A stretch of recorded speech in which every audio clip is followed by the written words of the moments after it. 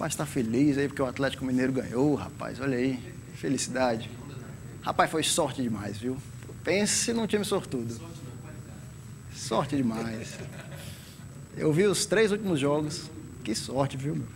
Mas é isso aí, cara, faz parte.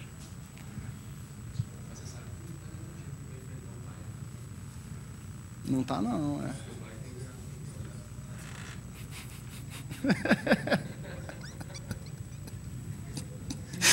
Eu gosto mesmo é desse otimismo, né, rapaz?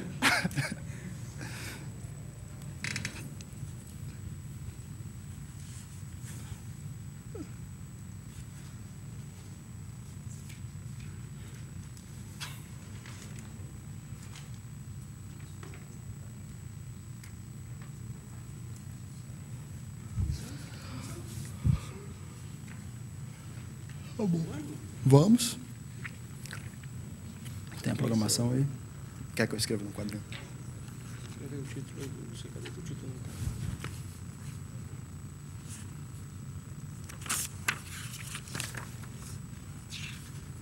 Não, é só do curso.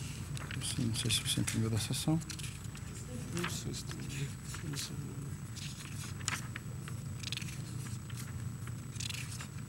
Não. Só dando as penadas. Deixa eu botar ali no quadro.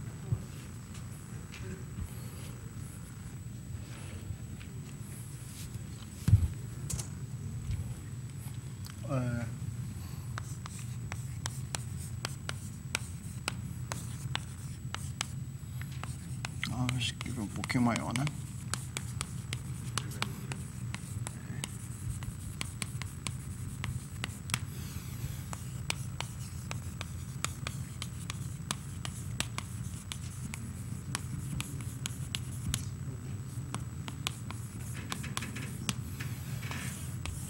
Dá para ler? Dá para ler aí atrás? Ou tá pequeno?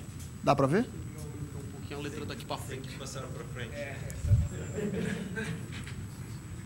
Aumenta. So, good morning, everybody. It's for me in Goiânia. Great pleasure to welcome you all here in IMPA for the 29th Brazilian Colloquium of Mathematics. And I would like to first give a special thank you to Boyan, who put a lot of effort to put this session together. Okay? So Boyan and I are organizing this session, but to be really honest, Boyan did most of the job, so I'd like to personally thank him for that. Okay. So today our first speaker is Professor Emanuel Carneiro from IMPA, and he will give a talk on the variation of maximum operators of convolution type. Okay. Can you all hear me? Fine? Yeah. Let me first start by thanking the organizers, Eduardo and Boyan, for this very nice session that's going to happen here in the colloquium of mostly PDE. I mean, talk a little bit of analysis today just to, but it's going to be very nice. And I thank you guys very much for putting the effort and the time to organize this. Okay, so today I am very glad to be opening this session here, and I hope you guys enjoy the hospitality of IMPA for the whole week. Today I just want to talk briefly about this problem that has a nice interplay between analysis and PDE, to my mind. When I was invited to talk here on the PDE session, I thought about what I was going to talk about. And I believe like almost 100% of the audience should know more PDE than I do, but I hope that I can talk something which is slightly going to interest you too. So the problem that I'm going to talk about here is with respect to the regularity of maximal operators, right? So we start our story today. Let me start here by, I'll try to talk more and write less. So we start the story today with our very well-known object, the Hardy-Littlewood maximal operator.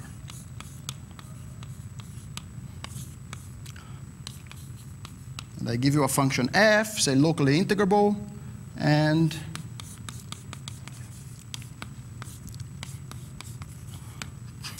you take the sup over averages over balls, right? If you want to know what the maximal function is at the point x, you fix a point x here, and you start to take averages over balls, say in this case centered at x, and you take the sup, the sup over these averages, right? So this gives you the maximal function at the point x, right? So this is the classical Hardy-Littlewood maximal function.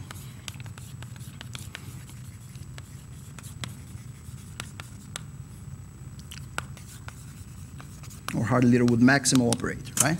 So this is an object that will appear, or I'm sure it appeared already in your lives. If not, you should look for it sometime. It's a very nice object and very useful when you want to do some sort of point-wise convergence estimates. Usually point-wise convergence estimates pass through some sort of maximal operator estimates.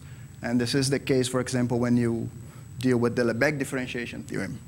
And knowing the analysis of such maximal functions, it's a very interesting object in many applications in harmonic analysis and PDEs, right? This is the simplest of all maximal functions, but it's a lot of maximal functions involved in Kakeya problems, Schrodinger operators, and everything. And of course, the very basic thing on this theory, when you learned of the maximal function for the first time, is that this operator here maps LP, say, of Rn or Rd into LP of Rd. Right? Whenever P is bigger than 1.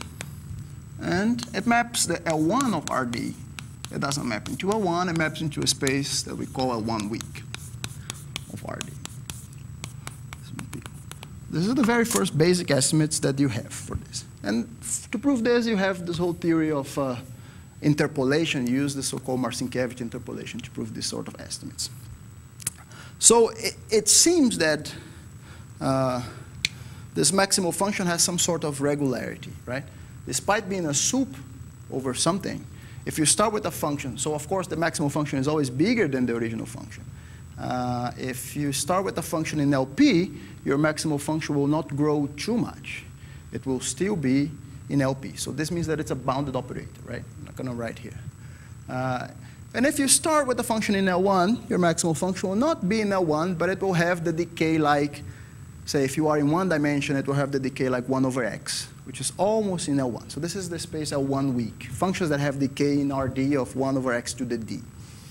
Okay, it's almost in L1. And, well, but when you think about, if you considered, if you didn't consider a sup over all the possible radii, if you just fixed one radius and say, hey, I'm going to fix the radius 3, and I'm going to consider now the function that takes my original, the operator that takes my original function f, and around every point I'm going to take an average of radius 3. When you look at this picture, if you start with a function which is like this, and if you decide to take around every point an average of radius 3, you will see that the outcome will be something which is somehow slightly more regular, right? And this is obvious. This is intuitively obvious that if you take fixed averages, you will regularize your functions. You do this every day in PDE when you take convolutions, right? Okay, so an average is nothing more than a convolution, right? So this is like a fixed average would regularize your function. My question here is to whether or not a maximal function, which now takes a pointwise sup over averages, is whether or not this object will regularize your function. And if it does not regularize, will it keep at least the same regularity that the original function had? Will it destroy, will it keep, or will it improve? So this is my basic question here today. So this question is, a maximal operator M destroys or improves regularity.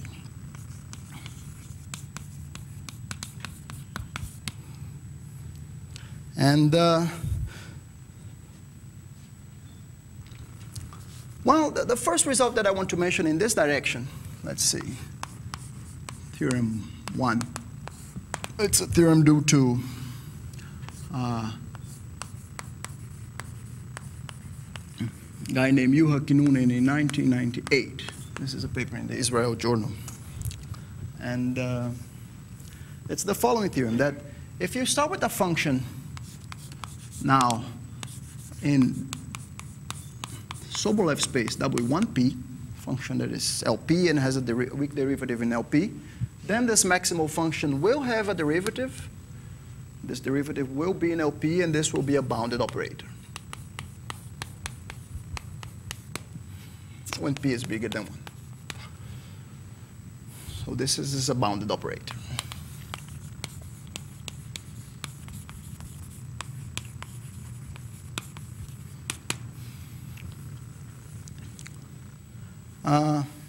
In other words, if we start with a function that has, for example, one derivative, this maximal function will not destroy this one derivative, one weak derivative.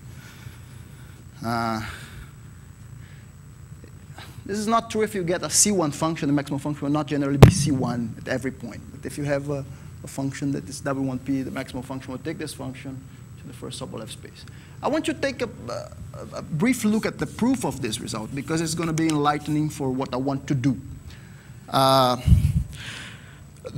This is one of the nicest papers that a student can start reading, because it's a very elegant and very short paper, and it's a very nice example of how you can use techniques of functional analysis very nicely here. So the thing here is that, well, I'm talking about the centered maximal function for now, right? So this is like taking a convolution with a characteristic function of a ball. So the first thing to do here is that you enumerate the rationals. So let me enumerate the rationals, R1, R2, blah, blah, blah, blah, blah. Right? And let me consider this function phi j to be the characteristic function of the ball of radius rj divided by the Lebesgue measure of this ball.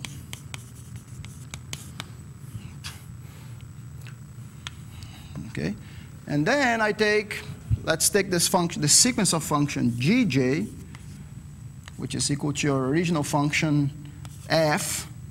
Let's say you start with the function f in W1P. You assume without loss of generality that f is non-negative, because the maximal function only sees the absolute value of a function, right? So if I want to prove an estimate like this, I can essentially change f by the absolute value of f. This will not change the operator, and this will not increase the W1P norm of f, since the gradient of the absolute value of f is pointwise equal to the absolute, the norm of the gradient of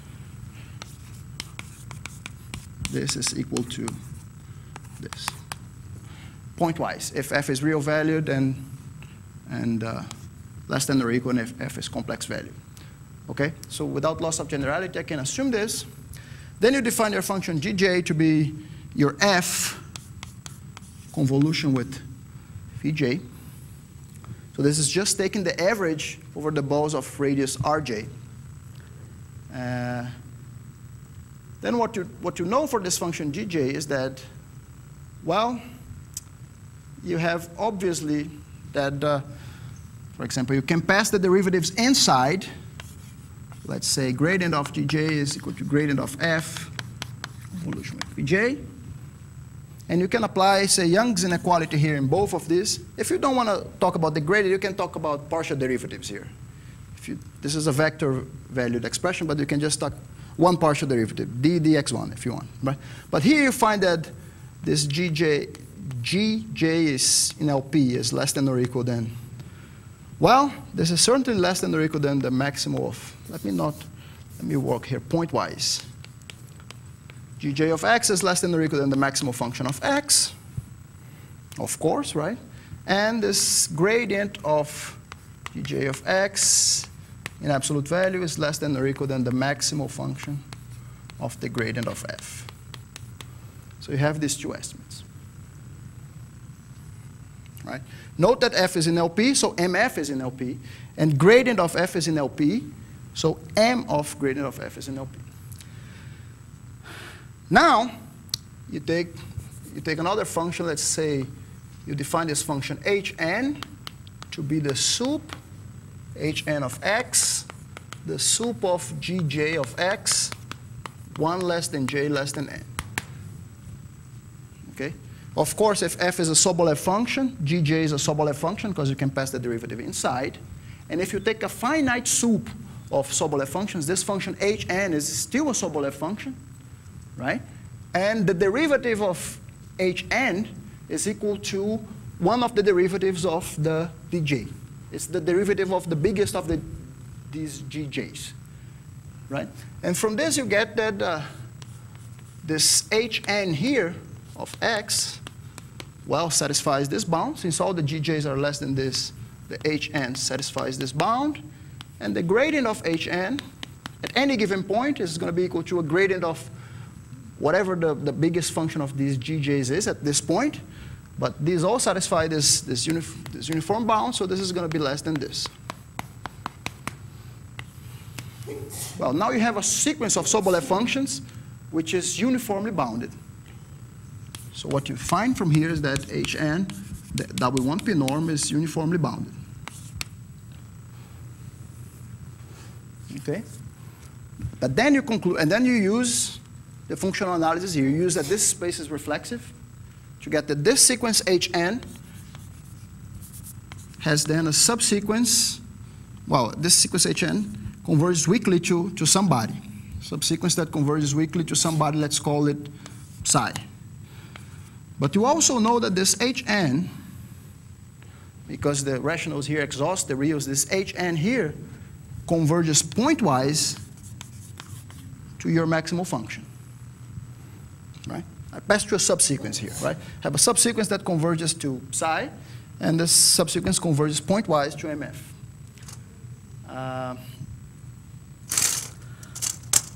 Well, this will guarantee to me that this psi has to be equal to MF. In other words, MF is born in the Sobolev space.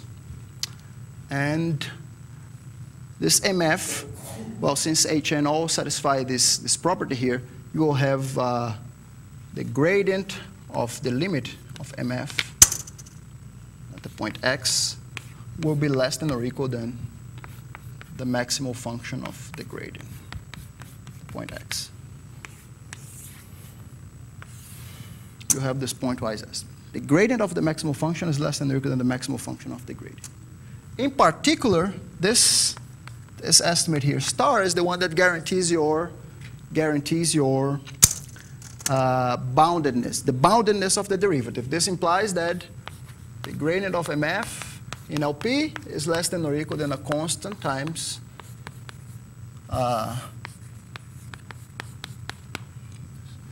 this implies this estimate here.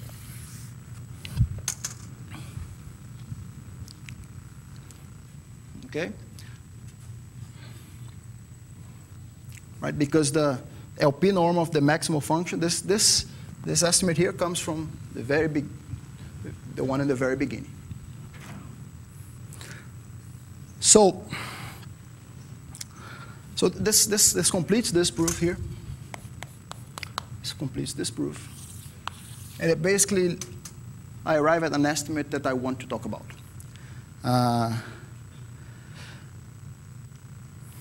So yeah, there's nothing more here than basic functional analysis, soft analysis, let's put it this way. You didn't have to do any sort of geometric measure theory here, since your function here, just by reflexivity, the space is reflexive, you can already generate a function that already is born in the space that you want. So this whole thing was generalized in different contexts, right? The works that followed this work. There was another work of Kinnunen, and I suppose Lindqvist, this is 1999, that did the same theory for maximum operators of local type, right? Local maximum operators. You have a domain, and then you take just now balls, you take the superover balls that are contained in your domain. So this operator maps LP to LP, and they prove that it maps W1P of omega into W1P of omega.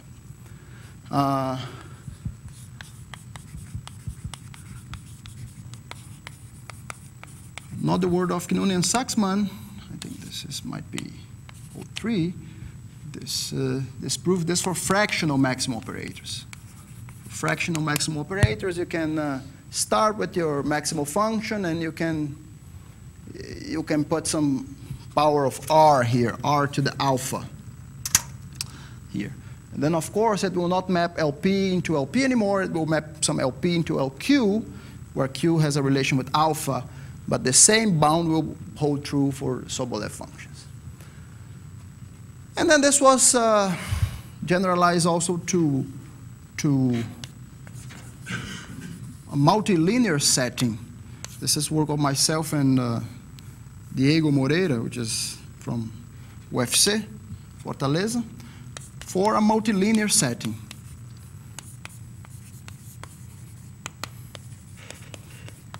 When talking about multilinear maximal functions, right? And for example, an example of a multilinear maximal function would be a bilinear maximal operator, for example. If you take M of Fg, there are two inputs now, F and G, and you take the sup over the radii, averages, say, of F of, say, x plus y, and then G of x minus y dy over the balls of radius r. Right? There is no special thing attached to this signs plus and minus here. They just have to be different numbers. Here I chose +1 and -1. Could be +2y, -3y, anything. So an operator like this maps LP times LQ into LR, here where 1/p plus 1/q equals to 1/r. But the great novelty here is that a bilinear operator like this, or a trilinear operator like this, it can map into L1. So this was a 40-year-old problem in open analysis posed by Calderon, I think in the 1950s, 1960s, something. That he asked if I gave you two functions in L2, for example, f and g in L2, if this operator would go to L1. Right? And this was answered affirmatively by Michael Lacey in a paper, I think in 2000 in the Annals. So you can have these sort of operators mapped into L1. So if you want to construct the same theory here, that it maps W1P, W1Q into W1R, then you have to do something slightly different for the case P equals 1. And this is what we did in this work. So this is work back to 08.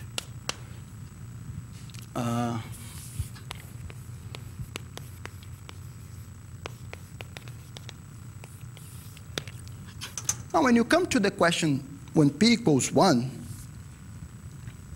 now coming back to the original question here, what can you say if you start with a function in W11 of Rd?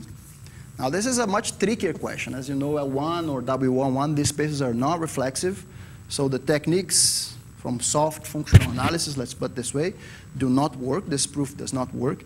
And of course, you know that the function doesn't even map into L1 itself. So this question was posed, I guess, in 2004. And it's an open problem until today,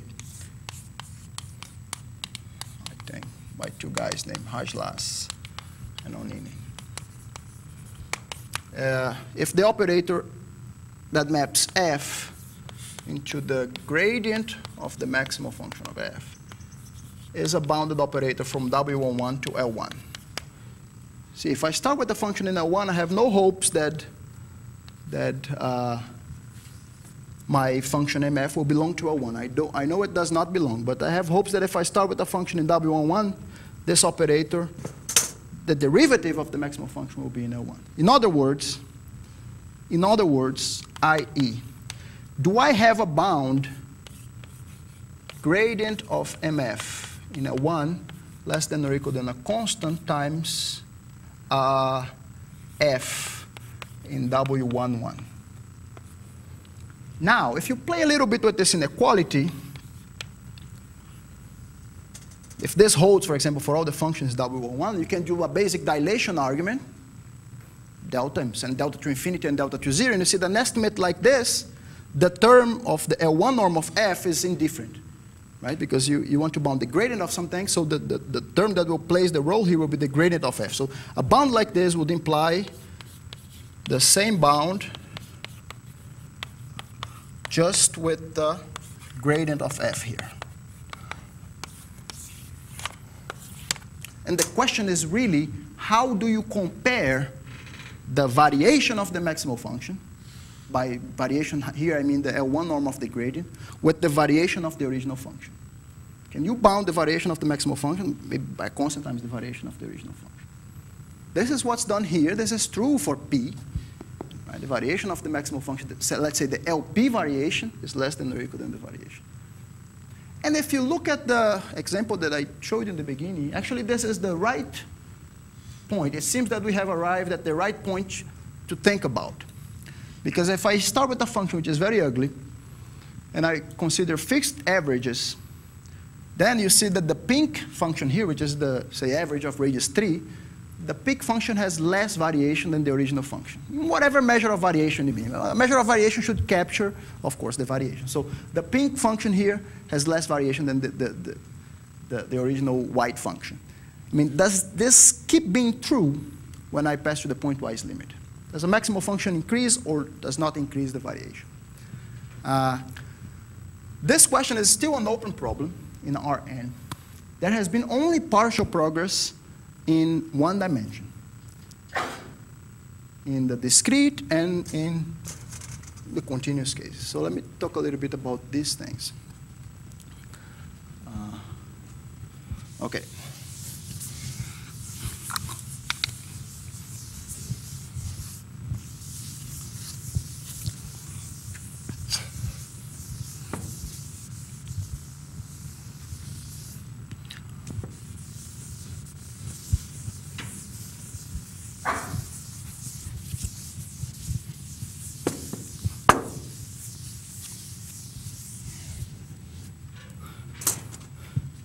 So, for example,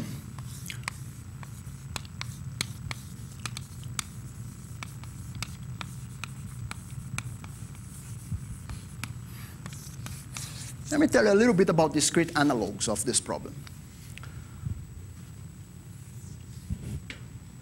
In the discrete setting, this is a very easy setting to think about. You start with a function, which is a function from the integers to R.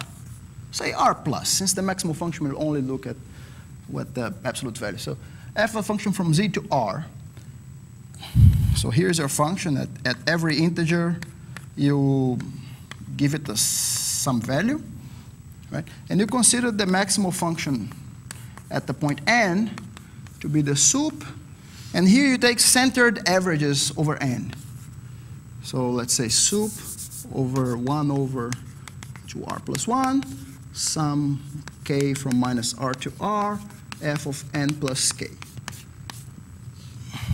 And then here r is a non-negative integer. Could be 0.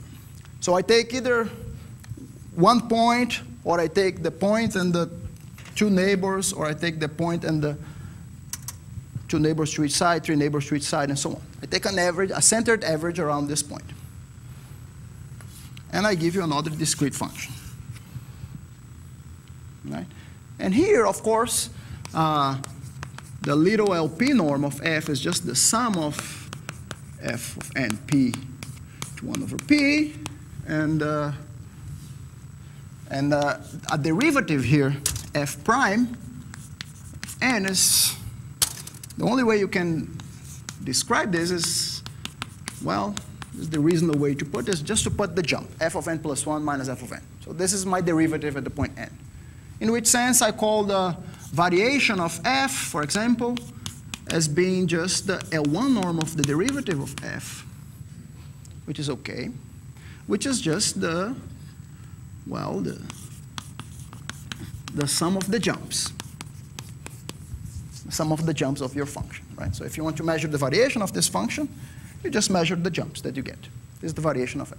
And the question here, the analogous question would be, do we have variation of the maximal function less than or equal than the variation of f?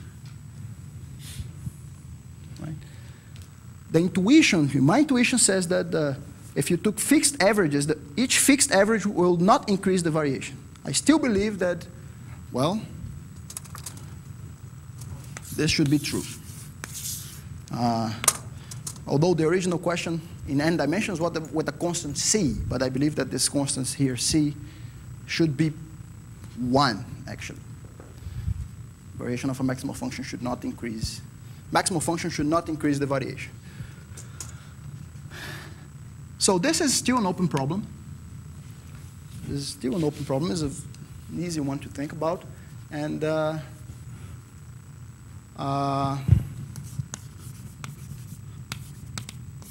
so the theorem that we have in this direction is, so I thought about this problem for a while. And it's kind of tricky. Despite being a very easy problem to state, there's an interplay here between analysis and some combinatorics that it's not easy to understand. So what we could prove is that, well, you can also consider, say, the m. Suppose if you look at the expression for the derivative, the L1 norm of the derivative of f, if you just apply triangle inequality here, you get that f prime 1 is less than or equal than 2 times the L1 norm of f, right? So this bound, if it's correct, would imply that the variation of mf would be less than 2 times this, right? This bound would imply this one.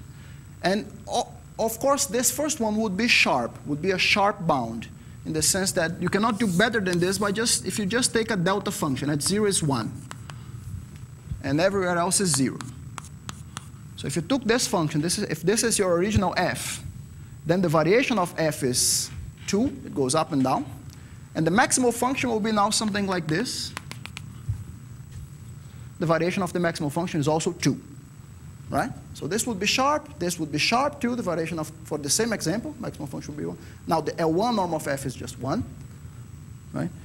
And can I prove this? No. Can I prove this? No. So our theorem is, this is a theorem I did with Jonathan Bolber from Bristol, Kevin Hughes from Edinburgh, and Lillian Pierce from Oxford. This is back in 2010. We showed that the variation of the maximal function is less than or equal than, well, I cannot put a 2 here, but I can put a 2 plus epsilon.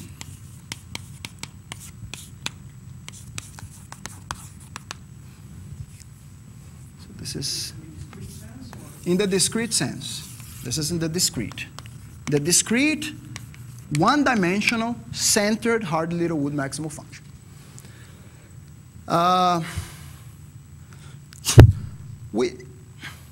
So a comment about this. Essentially, this comes from, if you take a function in L1, if you take a sequence in L1, the maximal function of this sequence will not belong to a 1, essentially because it's going to decay like 1 over n. Okay, so if you start with the function in L1, maximal function will decay like 1 over n. So it's not summable. That's why the maximal function is not on L1. But the maximal function, you have a difference here, right? The variation, you have a difference. It's the maximal function of n plus 1 minus mf of n. So this is, somebody asked me what was harmonic analysis about. What was the point of analysis, Fourier analysis in general? Sometimes it's the art of evaluating things without passing the absolute value. So you have to take cancellation into measures. You have to make cancellation appear somehow. So if you took absolute value, if you took brute force here in every way, you would not get the right decay. But you have to make this minus sign appear here to get a decay that goes like 1 over n, subtract another term of the same decay, and then you get something of 1 over n squared. So that's why things become summable at the end, right? So essentially that's what's behind this. And we extended this in a more recent work, and this is just myself and Kevin Hughes from Edinburgh, to the same, a discrete multidimensional context, right? The gradient of m omega of f is less than or equal than a certain constant. That depends on omega. And then f, let's put the f L1 of ZD, little L1 of ZD, right? And I'm going to tell you right what this m omega is. We can consider any sort of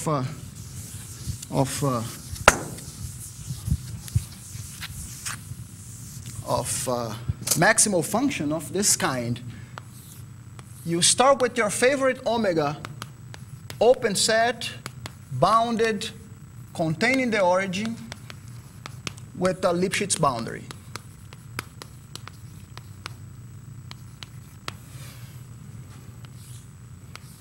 This can be your omega, for example. This will play the roles of your balls.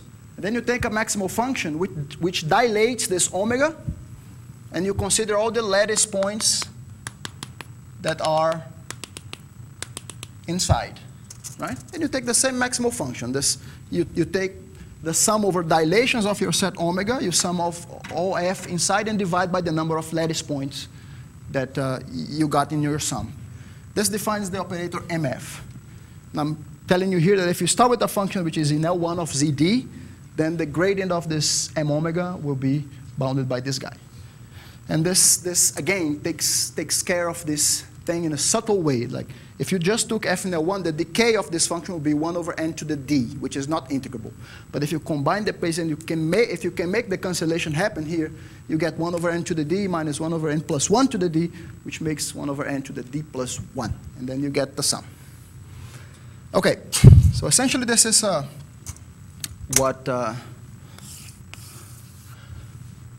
what is known about this, the discrete case. And more recently,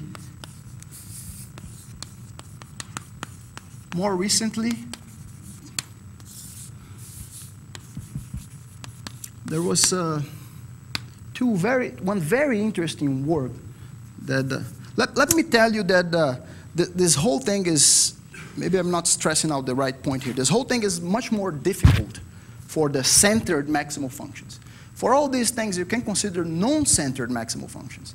And the non-centered one takes more averages. You know, you can take averages not only over balls centered, but over all balls that contain x.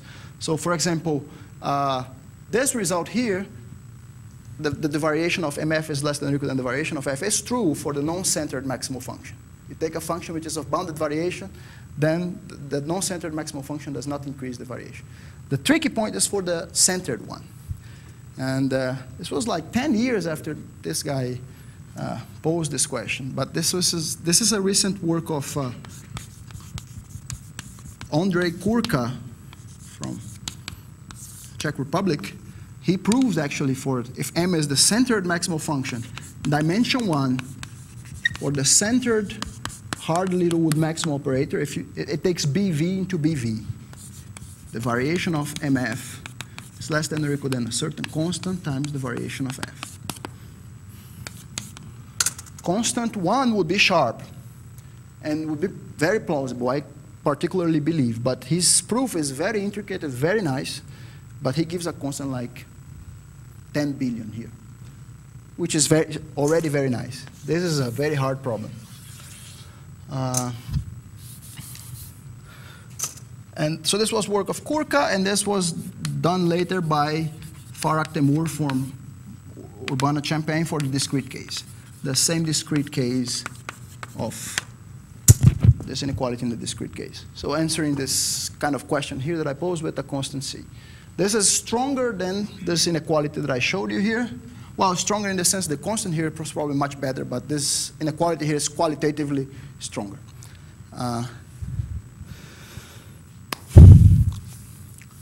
This is a tricky a tricky issue. I thought about this discrete problem. I came up with this discrete analogs when I was doing my postdoc. I was there for 1 year at the Institute for Advanced Study, and this was a particular year in analytic number theory. So I was asked to give like a postdoc talk when you are supposed to introduce yourself and what you're thinking about, and maybe engage other people in talking to you and so on. Since most of the people were in analytic number theory, I thought that I would smooth out these problems to discrete versions so people could find it attractive. And I actually did. You know, all this works here was because I met these guys there and they got interested and we started talking about. So as you all know, Jean Bourgain works there, and he was one of the guys that was going to talk to from time to time. And I once scheduled an appointment with him to ask him about this sort of questions, you know. But before doing that, I thought about it for a long time, and I convinced myself that it was supposed to be a decent problem, a hard problem. And I thought about it for 3 months and could not solve it. And I said, okay, this might be a worth problem. Might be good for me to talk to him. So I scheduled an appointment with him. I knocked at his door and I said, well, Professor Bourgain, let me show you this sort of problems that I'm working to see if you have an opinion or something. And I showed him this, blah, blah, blah. I have this maximal function here in the continuous case, in the discrete case, and I believe this might be true, so on, so forth. And I believe this conjecture is true, blah, blah, blah. I want to know if you have some sort of idea on how to point me to the right direction, blah, blah, blah. I gave like a full half an hour explanation to him. Half an hour for him is a very difficult time to get. It's a lot of time. And then after like half an hour of explanation, he just looked at the board and he said, well, Emmanuel, the last time somebody came to me with a problem of this flavor, it was a 40-year-old problem in harmonic analysis. And it took me a whole day to solve. And then I got crushed, you know, man, this is disappointing, you know. I got really, okay, professor, why don't you think about it and for 15 minutes and see if you can give me a direction, blah, blah, blah. Don't worry, don't worry. I'm going to go to a conference, and in 2 weeks I'll be back, and then we talk again. And then he went to his conference, 2 weeks, he was back, and then I scheduled another appointment with him. And then, so, professor, did you have time to think about the question? And he just looked at me and tapped on my back and said, well, this is a good problem. Keep thinking about it. And in any way, I'm not closer, I would say not yet closer to do this thing. But we have done interesting work with, let's say I'm going to talk for more 10 minutes, and then I'm going to stop. And this is where it's going to be interesting for you guys in PDEs. We have done that.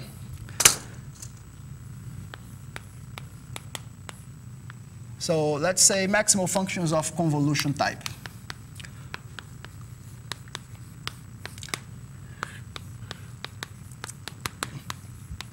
And this is a joint work with Benar Zweiter here from IMPA, who I don't know if he's here or not, but if not, he knows what I'm going to talk about.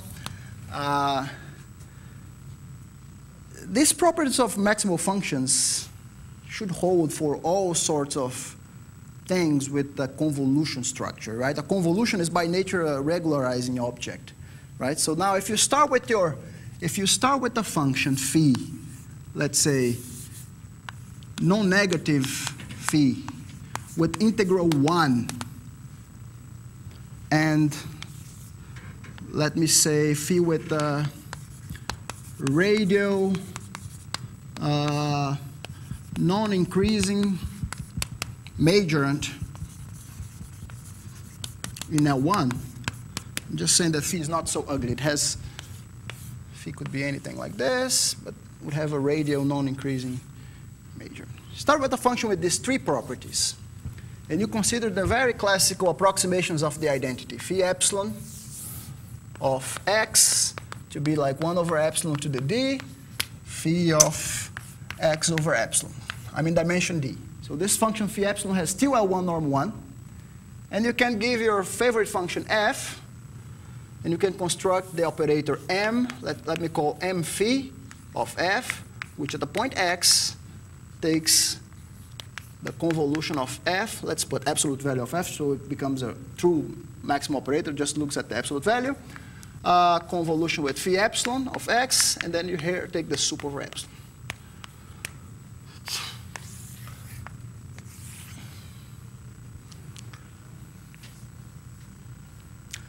The Hardy-Littlewood maximal function is just one particular case of this when you take phi to be the characteristic function of the ball.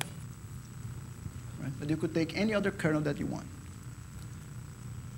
So my general question here would be, I believe, I don't know how to prove yet, that the maximal operator of this sort should not increase the variation of a function. This very vague statement, for me, it should hold in all possible ways that you can come up with to explain it. In the sense that, for example, if you took a function, the gradient, let's measure the variation as a gradient of the maximal function in any LP norm. This should be less than the gradient of f in the LP norm. Or any p bigger than 1 less than p less than or equal to infinity. If you want to smooth it out, if you want to give even less conditions in one dimension, you can ask if in 1D you give me a function that is just BV if the variation of MF is less than or equal than the variation of F.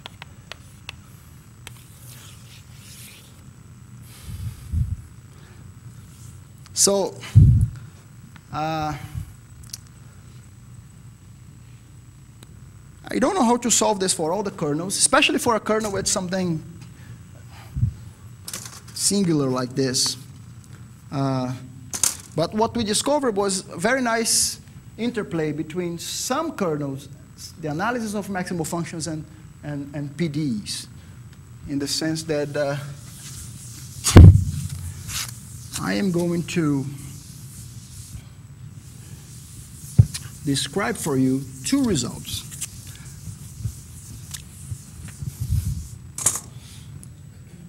Like I'm telling you, I don't know how to solve for characteristic functions, but what will be your second favorite function that you want to put in the place of phi? Or some people might say, well, for me it would be a Gaussian. And it's actually what we have done. We consider these two maximal functions. This kernel, let's say phi t of x to be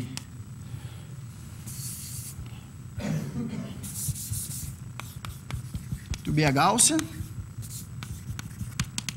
Let's say kt of x to be this 1 over 4 pi t d over 2e to the minus x squared over 4t. It's the Gaussian, or the Poisson kernel. Py, let me call here the time y, py of x is a certain constant that depends on dimension, and y over x squared plus y squared over d plus 1 over 2. Okay? So very briefly, let me point to you in this direction. So, for example, this will give birth to an operator that let me call the heat flow maximum operator. That's the maximum operator associated to the Gauss kernel. And this will be like the Poisson maximum operator. Now, let me start with some U0 belonging to, say, LP. 1 less than p less than or equal than infinity. And let me consider this function u of xt as u0 convolution with kt of x. Let's say my u0 is non-negative. And let me consider my u star of x to be the sup of u of xt sup in time. Right? If you look from the PDE point of view, I'm just starting with the function u0. I'm evolving it through the heat equation, because this solves the heat equation, right? ut minus Laplacian u equals 0. And I'm taking for each point x the sup value that it gets. This is my maximal function u star. But now I have this magic thing here to work with. And the same thing for the Poisson kernel. If you define u0 convolution with py of x, this is just extending your u0 to a function which is harmonic in the upper half space. And I can take the maximal function u star to be the sup in x, the sup in y. So I'm taking the point where these guys get a minimum. Anyway, for these two functions, the following result is true.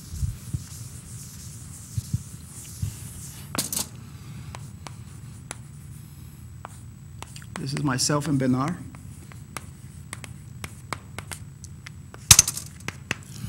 So,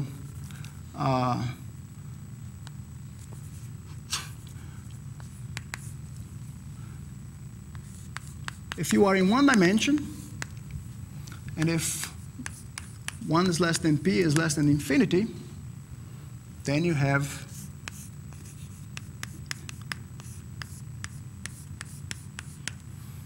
the LP norm of the gradient, the LP norm of the derivative of u star is less than or equal to LP norm of u0. If you are in d equals 1 and p is 1, oh, let me write this too in this.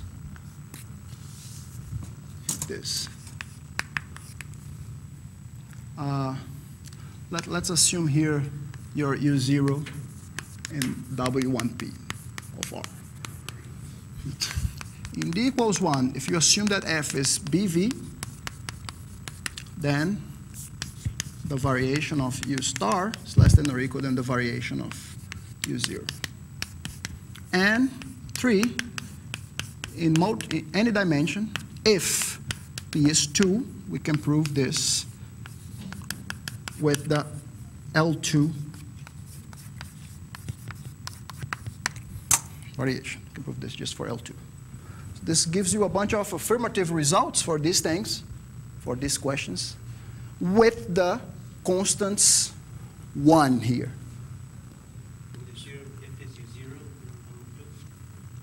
U0 in W1P, yes. F is U0, yes. Thank you, Eduardo. F is U0. So let me give you in 2 minutes, the basic idea from the proof here is a very nice. The idea for the proof here is to show that for these two maximal functions, for the Gauss kernel and for the Poisson kernel, U star, so the idea here is to show that U star is subharmonic in the set where U star is bigger than U0. U star is subharmonic in the set where it disconnects. So this is the catch. And if U star is subharmonic in the set where it disconnects, you can see why these things will kind of happen, because if you take your function, suppose this is your original function f,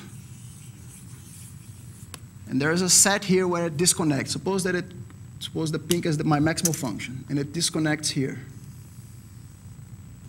And in a set where it disconnects, if it's subharmonic, in particular in 1D, if it's convex, you see that the variation from this point to this point is less than the variation that you had on this interval, right? So this is a crucial lemma. Of course, to get this, there's a bunch of reductions that you have to do.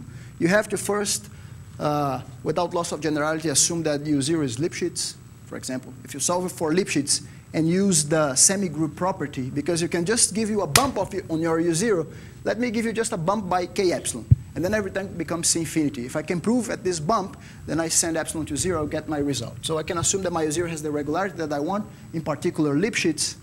And then I'll prove this. If U0 is Lipschitz, the pointwise soup of Lipschitz functions is Lipschitz. So my U star will be Lipschitz. And then this set here will be, in particular, an open set. Then I have to prove that U star is subharmonic in this set. And the idea to prove this is to use the maximum principles of these two equations, right? Heat equation, the parabolic maximal principle, the Laplace equation, the regular maximal principle, to prove that well, we construct a barrier from below, and then to prove that this is subharmonic, this set. Shouldn't that be U0 prime? U0 prime, exactly. I'm sorry, 0 prime. For example, if you have this estimate, essentially, let me show you how to get this one. For example, if you want to evaluate the derivative of U0 square, this is the integral of gradient of U0 square dx, which is the integral of gradient of U0 minus gradient of, let me say, u star, gradient of u star minus u0 square. And then you open this up.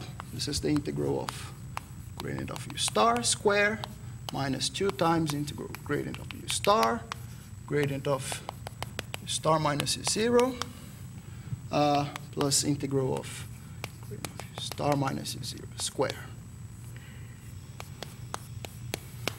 Now, if you believe me here, this would be essentially plus 2, and then the integral of what? Integral of u0 times minus Laplacian of u star minus u0, right?